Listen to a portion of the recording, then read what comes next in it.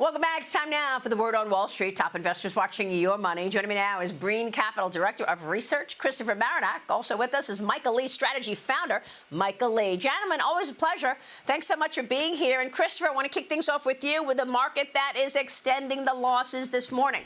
Take a look. The Dow Industrial's down another triple digits, down 148. The S&P's down 18, and the Nasdaq lower by 71. After a drubbing yesterday, all three major indices sold off as AI disruption fears triggered that broad sell-off and negative sentiment. The Dow was down 669. The Nasdaq even worse, down better than 2%, 469 points lower on Nasdaq as mega cap tech and software names led that sell-off. How about Apple logging the worst session since April? You've got these AI fears spreading beyond just big tech, hitting banks, office real estate, property services names like CBRE was down sharply, JLL was down, Cushman & Wakefield sliding, as investors are rotating out of the labor-intensive business models. And then you've got the Microsoft AI CEO predicting most, if not all, white-collar tasks could be automated within 12 to 18 months, calling the shift already visible in software engineering, where AI now assists the majority of code production. That's not all. I mean, the head of Anthropic has said that 50% of white-collar jobs could be at risk in the future because of AI. How do you read all of this? Well, I think at the end of the day, the market wants earnings, and it wants to see companies who are making real money and real cash flow. But I also think there's a concern that the economy is beginning to roll over. So I think we have to work through that. I don't think that's confirmed. GDP is going to be positive this quarter. It's just that the pace of growth could be slowing related to the non-AI activity out there. How does it roll over so fast? I mean, we're just coming off of a quarter that we saw growth of almost 5%. Well, I think it's perception, Maria. I think you're right to ask that. I think at the end of the day, we're still going to see positive numbers. It's just the perception at this moment is that the economy is slowing down and that we're hitting a minor air pocket. We're seeing it in interest rates with the two-year Treasury, slipping a little bit relative to where Fed funds is. Mike, how do you see it? I mean, you got stocks like Palantir that, of course, was one of the darlings of 2025, but has been facing some slipping recently because you've got this big short investor, Michael Burry, unveiling a new bearish case for the stock. D.A. Davidson maintaining its neutral rating, dismissing Burry's thesis as offering no new evidence to shift the view. The firm acknowledging that the stock is trading at a rich valuation, but pushing back on his claims that the company's momentum is unsustainable. It also says that Palantir is still delivering strong growth, expanding margins, and helping clients derive value from AI. But, Mike, if you're going to short a stock, you're going to look at one of those names that has been, sky-high valuations and increasing value. How do you see Palantir Technologies today, Mike? Well, like a few things. It's important to note that Michael Burry has basically gone out of business.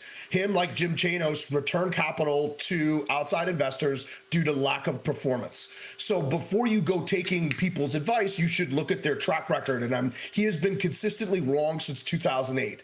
Okay, when you look at Palantir, Palantir is the most consequential software company of my lifetime. It is better positioned than any other company in the history of the world. All right, and if these AI fears were actually true, names like Palantir would be hitting 52-week highs because you cannot run these agents and these operations without a software like Palantir. Palantir would be hitting 52-week highs, or NVIDIA? Palantir, right? Because you need a software to tie all these pieces together, as well as a NVIDIA, as well as a CoreWeave, as well as a company like Oracle. You need a massive amount of infrastructure, and there is no AI agent that can replace Palantir. I do not believe Michael Burry knows what Palantir does. I think a lot of people don't quite understand it. They're growing at 20% quarter over quarter, which is an acceleration from 18% quarter over quarter the previous quarter. And it's funny, the bigger they get, the faster they grow based on their very unique business model of using forward deployed engineers. All right. There's no other way to coordinate your data to get it into a large language model, get it out of the large language model into an agent, and then implement it into your business other than Palantir. That is why I say they're the most uniquely positioned. What I think is we have is a lack of liquidity underneath the surface and strong technical resistance near 7,000. And you have a sell first, ask questions later out there in the hedge fund community and the buy side community, while retail is sitting there and they're a little bit cash strapped because they've bought so many dips over the last month. Yeah, okay. So Palantir is down this morning, but it sounds like you're going to be buying it even at this level at 126 after the most recent weakness. Yes, so I first added it for my clients in the 15 to 25 range, and I've been picking up pieces along the way. I will be buying a lot more today. Okay, and what about a stock like Coinbase? When you look at the crypto area, the stock was down after posting a loss of $667 million in the fourth quarter.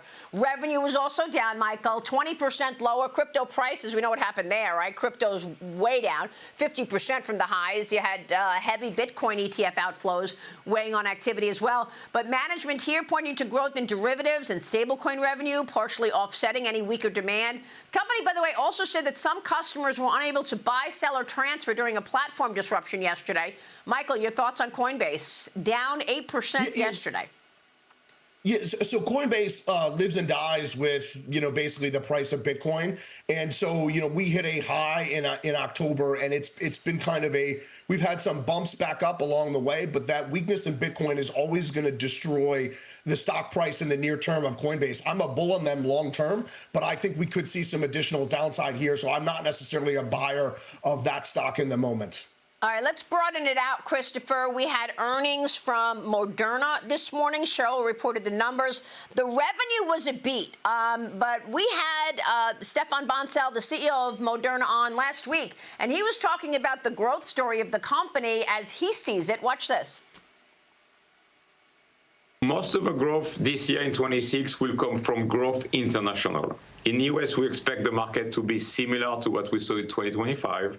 But in the international market, especially, we have a very long-term partnership in Canada, UK, Australia.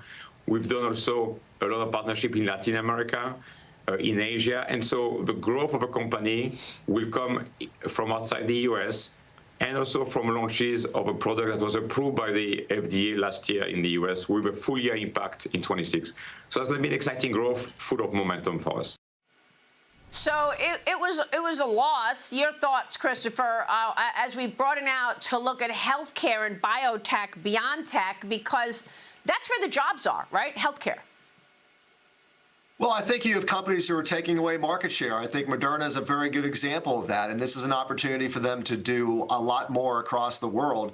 So I think it's a very good opportunity. And you're correct. There are jobs in healthcare. It's one of the leading areas where the job growth has been. And certainly it's one shining star out there. Real quick, I think I know where Michael is on this, but Christopher, would you be buying into this weakness this morning? I would, because I think at the end of the day that these air pockets in the marketplace, Maria, will come and go. The market will get over the angst on AI and other related topics. I think we have a lot more positives happening. There's national security spending here that's very positive for all these industries, including the Palantir conversation from before. That's right. Big. Look, there's a reason that President Trump wants a $1.5 trillion defense budget in 2027, Michael. Yeah, Maria, look, I think the bearishness and the questions around the economy are unfounded. I think, you have liquidity problems underneath the surface, and people are scared about AI, about how that's going to play out, and nobody knows for sure how it's going to play out, but I'm not nervous. Gentlemen, great to see you both. Thank you.